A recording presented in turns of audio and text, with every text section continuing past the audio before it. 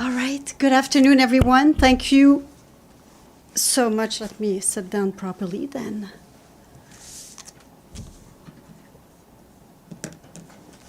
All right. Thank you so much for your patience. Let me start today with a statement. The Secretary General is gravely alarmed by the decision of the Israeli government to take control of Gaza City. The decision marks a dangerous escalation and risks deepening the already catastrophic consequences for millions of Palestinians. It could further endanger more lives, including the lives of the remaining hostages. Palestinians in Gaza continue to endure a humanitarian catastrophe of horrific proportions. The Secretary General warns that this further escalation will result in additional forced displacement, killings, and massive destruction, compounding the unimaginable suffering of the Palestinian population in Gaza. The Secretary General reiterates his urgent appeal for a permanent ceasefire, unimpeded humanitarian access across Gaza, and for the immediate and unconditional release of all hostages. The Secretary General once again strongly urges the government of Israel to abide by its obligations under international law.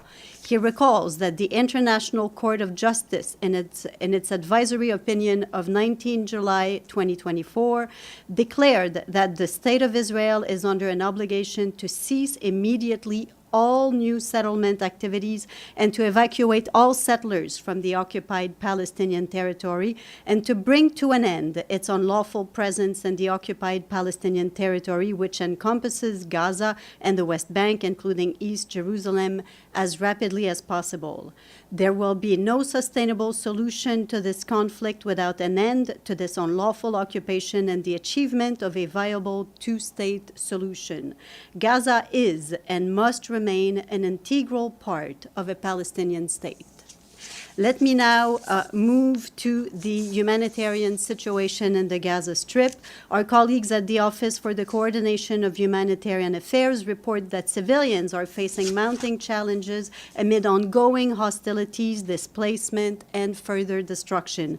As strikes continue across Gaza, people report that even the most basic daily tasks, such as finding water or food, have become extremely difficult. The devastating convergence of a hunger crisis, a collapsing healthcare system, widespread destruction of critical infrastructure, and nearly 2 years of war is having a catastrophic toll on people, particularly on the most vulnerable. Aid entering into Gaza remains far below the minimum required to meet people's immense needs, as we've been saying from here almost on a daily basis now. The UN and our humanitarian partners continue to do everything possible to bring assistance inside Gaza. However, missions continue to face significant delays and other impediments that prevent us from delivering aid at scale. Yesterday, another mission to pick up supplies took 18 hours to complete. Since the entry of some commercial trucks into Gaza in the past few days, our partners reported a minor reduction in commodity prices as of yesterday. Most food items remain scarce in the market and sold at exorbitant prices. Airdrops landing in different parts of Gaza continue to reportedly kill and injure people, including at least one child that was reportedly killed yesterday in Khan Yunis. As we've said before, we welcome all efforts to provide aid to the people in Gaza who desperately need it, but we reiterate that the most efficient way to bring in supplies is by road. It is imperative that aid is allowed to enter through all crossings and through all available corridors so that we can deliver it at scale in a safe and dignified manner through our community-based mechanisms reaching the most vulnerable. Meanwhile, a severe heat wave is sweeping the region as people continue to struggle with access to water. In the southern part of the Gaza Strip, our partners working on water, sanitation, and hygiene reported that yesterday the South Gaza desalination plant's electricity line was damaged for the third time in the past 7 days. As a result, the plant is currently operating at less than 14% of its capacity. OCHA continues to stress the urgency of a permanent ceasefire to provide adequate assistance and aid to the desperate population in Gaza and to call for the immediate and unconditional release of hostages.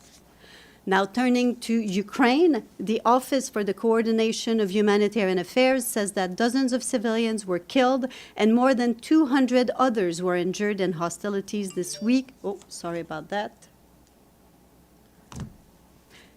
Let me try this again. So turning to Ukraine, the Office for the Coordination of Humanitarian Affairs says that dozens of civilians were killed and more than 200 others were injured in hostilities this week across the country. Hundreds of residential buildings were also damaged or destroyed in the attacks, according to authorities. The regions of Mykolaiv, Kherson, Kharkiv, and Zaporizhia were the most impacted. Also, according to authorities, more than 6,000 people fled from frontline areas in Donetsk region this week, a five-fold increase in evacuations over the past 2 weeks. Despite intense hostilities, humanitarian organizations continue to assist residents evacuating from high-risk areas, including the Korabel district in Kherson City, where an attack on August 2nd severely damaged a bridge. Evacuation support includes municipal and volunteer transport, mobile hospitals, and collective centers providing shelter, food, hygiene items, and medical assistance. Civilians also continue to be evacuated in the Kharkiv region. During his visit there yesterday, the humanitarian coordinator, Matthias Schmale, commended the remarkable courage of those assisting people who evacuated from hard-hit areas such as Kupiansk, helping them relocate to safer areas. Now, an update from Mozambique, and following the recent surge in displacement in Cabo Delgado province amid escalating violence that we mentioned to you earlier this week, the UN Central Emergency Response Fund allocated $4 million yesterday to support the response there. These new funds will allow for a rapid scale-up of life-saving assistance for the most vulnerable displaced people, including food, shelter, water, sanitation, and hygiene services. And as a reminder, between July 20th and August 3rd, more than 57,000 people have been displaced in Cabo Delgado. Now, moving north, turning to the Democratic Republic of the Congo, the Office for the Coordination of Humanitarian Affairs is telling us there has been an uptick in armed clashes in 3 eastern provinces of North Kivu, South Kivu, and Ituri. In the North Kivu province, since July 13th, around 44,000 people have fled fighting between armed groups in the Masisi area. At least 8 civilians were reported killed during the hostilities. In the Ituri province, in just 1 month, between July 6th and August 6th, at least 70 civilians were killed in attacks and clashes involving the armed group ADF as well as other armed groups. More than 30,000 people had to flee their homes, according to local authorities. Many humanitarian partners have suspended operations amid ongoing insecurity, affecting more than 250,000 people. Our OCHA colleagues are coordinating with our partners to maintain a minimal humanitarian presence in accessible zones. Meanwhile, in the province of South Kivu, violence in Uvira, Walungu, and Kalehe territories continues to trigger new displacements, according to our partners. On August 1st, at least 35 women and girls were abducted and raped by armed groups in 3 villages in the Uvira territory, and this was reported by local authorities as well as medical sources. The recent surge in violence comes as our partners report widespread food insecurity, limited access to health care, inadequate shelter, and a lack of basic services affecting both displaced and host communities. We call on all parties to respect international humanitarian law. Civilians are not a target, as we say several times from here, and all measures must be taken to protect them during conflict. Humanitarians need unimpeded and safe access to the thousands of people in need. The third United Nations Conference on Landlocked Developing Countries, known as the LLDCs, is coming to an end in Awaza in Turkmenistan. In her closing statement, Rabab Fatima, the Secretary General of the LLDC3 conference, said that now we have a bold and practical blueprint, which is the Awaza Program of Action and the Political Declaration. This sets out a clear vision and path forward, and the task now is clear, which is to translate this vision into action on the ground. And as you well know, the Secretary General was there for the opening ceremony, and he thanked the government and people of Turkmenistan for the outstanding arrangements made for the conference. We have a senior personal announcement. Today, the Secretary General is appointing someone you know very well, Ulrika Richardson of Sweden, as his new Deputy Special Representative for the UN Support Mission in Libya, UNSMIL, and also as Resident Coordinator in Libya. She succeeds Enes Shuma of Zimbabwe, to whom the Secretary General is grateful for his dedicated service during the interim period. Ulrika has over 30 years of experience in development and humanitarian assistance, as well as post-conflict recovery, with a focus on complex political, socio-economic, and human rights contexts. Ms. Richardson has been the Deputy Special Representative for the UN Integrated Office in Haiti, as well as Resident and Humanitarian Coordinator in Haiti since 2022. And we expect her to join us for one last time from Haiti here next week. I believe it is scheduled for Tuesday, and she will brief you obviously on Haiti. Tomorrow, we will mark the 80th anniversary of the atomic bombing of Nagasaki. On this day, we remember the tens of thousands of victims who perished in an instant. The Undersecretary General Izumi Nakamitsu will deliver a message to the Nagasaki Peace Memorial tomorrow on behalf of the Secretary General, and you will have this message in your inbox later tonight. Also tomorrow, we will mark the International Day of the World's Indigenous Peoples. In his message for the day, the Secretary General says the indigenous peoples are guardians of ancient knowledge, defenders of cultural heritage, stewards of biodiversity, and essential to our shared future. And finally, I have a quiz. This country is the only country in South America with English as the official language. He got it. Guyana. Yep. So we would like to thank our friends in Georgetown for their full payment to the regular budget. And Guyana's payment brings the number of fully paid up member states to 119.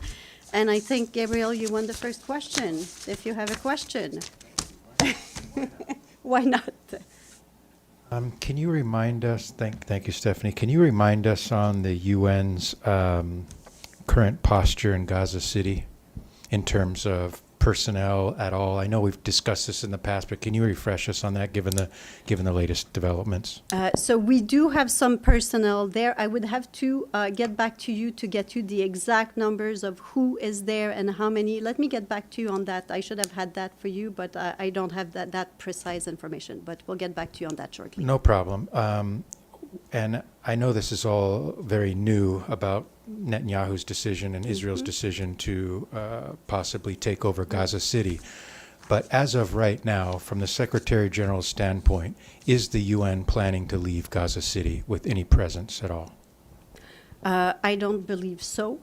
What I can tell you is that as of now, the Secretary General remains briefed on what is happening. Our colleagues on the ground, we have the resident coordinator, Mr. Alakbarov, has been in touch today with Israeli authorities to try to understand what are the plans exactly when this would happen. So for now, we have very little information to go on. I have, of course, the statement that I read. So there's no UN positions to announce as of yet as to whether there would be a change in the posture there. But again, what I can tell you is that we reiterate the call for an immediate ceasefire. I will not repeat what was in the statement that I read, but of course, we continue to call for unimpeded humanitarian access. I think that we all see every day images from Gaza that are extremely dire.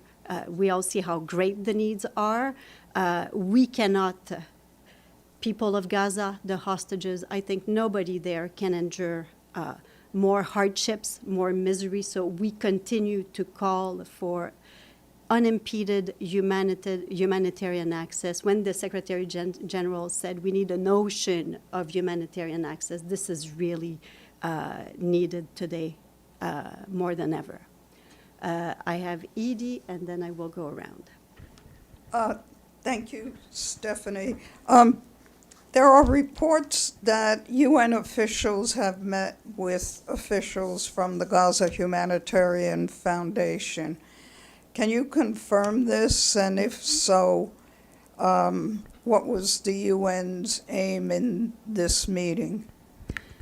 I can confirm. So this happened at the invitation of the United States mission. So some UN entities, other partners, attended a dialogue on the dire humanitarian situation in Gaza. This took place on Wednesday. I can tell you that the chairman of the Gaza Humanitarian Foundation was in attendance at the U.S. Request. For us, as I just said again, with the entire population of Gaza essentially teetering on the brink of famine, we welcome anyone raising their voice to urgently reach the civilians across Gaza with humanitarian assistance. But as we've said repeatedly, we already have a plan built on global humanitarian principles. That means we go where the needs are the greatest. We answer to civilians in need and not the warring parties. And there's no change to our principled approach, as we've stated it from here so often. Couple of follow-ups. Did that meeting take place here in New York at the U.S. mission, and when did it take place? And is the UN still dissatisfied that the Gaza Humanitarian Foundation does not meet the humanitarian principles that it requires? Thank you. Yeah, Edie, as I said, so this was held at the invitation of the U.S. mission, and I believe it took place there. It was on Wednesday. And as I said, there's no change to our principled approach to delivering aid in Gaza. On that side, nothing has changed. But that doesn't answer whether the UN believes that the Gaza Humanitarian Foundation is still not upholding those principles. I think you can see what is happening in Gaza on a daily basis. Ibtisam, and then I will go to Serife. Thank you. Just a quick follow-up. I'm sorry if you said it and I missed it somehow. Who was from the UN at that meeting? It was a private meeting. I will not go into these details. And that was not the first meeting that from the UN, I think, and there was meetings in the past, correct? Or from here, that's what I have. Okay. Yeah. Then to the Israeli, a follow-up on what your reaction regarding the Israeli military operation. What does the Secretary General want countries to do in order to stop that invasion and stop the war? And as you probably know, there's most probably tomorrow a UN Security Council meeting. Do you know who's going to brief the Council? Thank you. I don't know yet who will brief the Council on behalf of the Secretariat. I assume we should have that information as soon as a meeting is confirmed, and we'll let you know on that. But in terms of our position, the Secretary General continues to call on all those who have influence over the parties to use that influence to reach a permanent ceasefire, to continue to call for unimpeded humanitarian access. And of course, to continue to appeal and to make progress towards what we hope will be a two-state solution. So that appeal remains completely unchanged. Yes, Serife. I just reported on the Secretary General's calls regarding Israel's decision to occupy the Gaza City, but I also checked the charter a little bit before coming down here to see if there's anything else he can do. Maybe we could remind him. As you know, he is empowered to bring to the attention of this to the Security Council any matter that threatens the international peace and security. And he's also required to uphold the values of the UN, even at the risk of challenging member states. So is he planning on taking more concrete action to stop the genocide in Gaza, especially at this critical moment? For example, does he plan to re-invoke Article 99? Or, I don't know, so I'm asking, does he have the mandate to call to the UN Security Council members to invoke, for example, the responsibility to protect principle for the people in Gaza? I believe the Security Council is fully seized of the matter already, but the Secretary General will continue, and he's been very strong from the very beginning of this conflict to use his voice, to use his advocacy to really call for the ceasefire, and to condemn, of course, what is happening, and he plans to continue doing that as much as he can and as much as is needed. Yeah.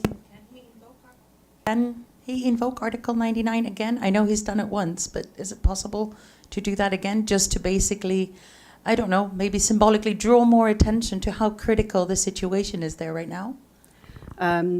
For now, I mean, the Security Council is really fully engaged on this matter, and, you know, he and everyone in the Secretariat continue to remain fully engaged.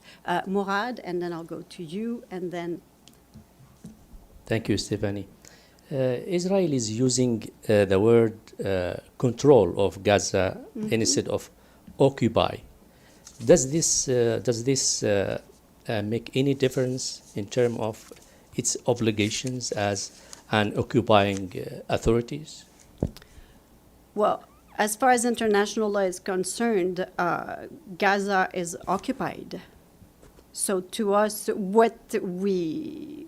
You know, today really what we fear is the impact of an expanded military operation there. But in terms of occupation, to us, the entirety of Gaza is occupied already, the entirety of the occupied Palestinian territory. Yeah. So on the meeting with the Gaza Humanitarian Foundation, was there any outcome? If there is any outcome, was there any outcome? It's what I've described to you, and I will. This was a private meeting, so I will not go into further details. But I can tell you that, you know, what I said today when I say there's no change in our principled approach to the delivery of humanitarian aid in Gaza, that remains fully the case today. Yes. On that question, Can you tell me? I don't I'm think... sorry, I'm with Fox News. Very Producer good. David Hammelberg. Hi. I asked this question yesterday. I'll ask it again on the follow-up of the meeting. The question I asked is, since the situation is so dire, and I understand that Israel has basically shunned U.S. agencies, the U.S. is advocating for the Humanitarian Foundation, which does not meet UN standards. The question I have is, if we take everything aside and look at it from sort of a top view, why not have a situation where UN agencies and the foundation can find a way to work together, since the foundation has an infrastructure in place? I know the UN does. Why the constant, well, we have our standpoint, you have your standpoint, and the twain shall not meet? Why not try a different approach? So that question has been raised here in this room and elsewhere so many times now. Look, let me try to take another crack at it. So for us, there's humanitarian principles are not just words. They're about people. They're about making sure that humanitarian assistance, when it's delivered, that it reaches people who are the most vulnerable where they are. that they are safe getting that humanitarian assistance, that they receive it, that women, children, that the portions of the population who need it the most have access to humanitarian assistance. So there's all these principles that are very important to the distribution of humanitarian assistance. The UN has a plan. The plan, you've seen it in action. The plan works. Several hundred distribution points all across Gaza where people could go, receive assistance in safety and security, and receive and people who needed it the most received it. So these principles stand today. And the UN, as we've said very often, the UN has many, many partners in Gaza, but also elsewhere around the world. Because if you look at operations that are taking place in several countries, I think for what you could hear about Sudan, the Sudan briefing, as just another example, there's humanitarian operations managed, supported by the UN, take place in many places around the world. And the partners that the UN works with are partners that abide by these humanitarian principles. Yes. Can you hear me? Yeah, I can hear you. Thank you so much, Stephanie. I have a question on the potential meeting between President Putin and President Trump. There have been some reports that this meeting could take place in different countries like Hungary, Switzerland, Italy, and so on and so on. But what about the United Nations, especially UN headquarters? Is the Secretary General ready to offer the UN headquarters here in New York as a place for a meeting between the two leaders? I don't think this has been discussed or requested. I think, the UN as a convening venue, as a convener for dialogue is always the door's always open, and we always encourage dialogue. For now, I don't think this is an option that's being considered by those who are planning to meet. But of course, we encourage dialogue, and I think, as Farhan said yesterday, we do hope that there is dialogue and that there is eventually, progress towards an end of the hostilities of the war in Ukraine, in accordance with, and you've heard that so many times, in accordance with Sure. the Charter of the UN. So he hasn't offered. Yes. All right. Yes. Thank you. Yes, Gabriel. To me, hello. I know it was a private meeting, and so you're limited, I guess, in what you can say. Nevertheless, I'm going to ask you, was the Secretary General invited to the meeting? The Secretary General this week, as you know, was in Turkmenistan and is now elsewhere on annual leave. And so I don't think that his presence was ever discussed. Okay. But I will not say any. No problem. And but can you say he was made aware of this meeting before it took place, correct? Or? Mm-hmm. Yes. And just last question is, on this, is it was reported that there were some pretty unusual ground rules put in place for the meeting. No cell phones. It was under certain rules where nothing could be attributed that was discussed in the meeting. Is that true? And is that why we only are hearing about it after the fact and that it was a private meeting, which I understand? Is that true? And number two, given the high-profile nature of a meeting between the UN and the GHF, why would the UN agree to that? So on ground rules, I think you should ask the conveners of the meeting. I don't think I should be answering these things. And I think, what I've said about the meeting is really what I can say for today. So if there are no more questions, I don't see questions online. Let me just double check. We have a question online. Vusula.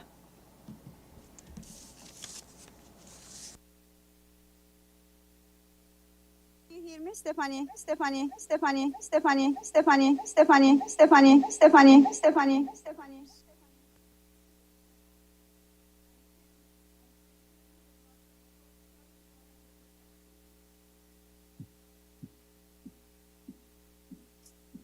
Can you hear me, Stephanie?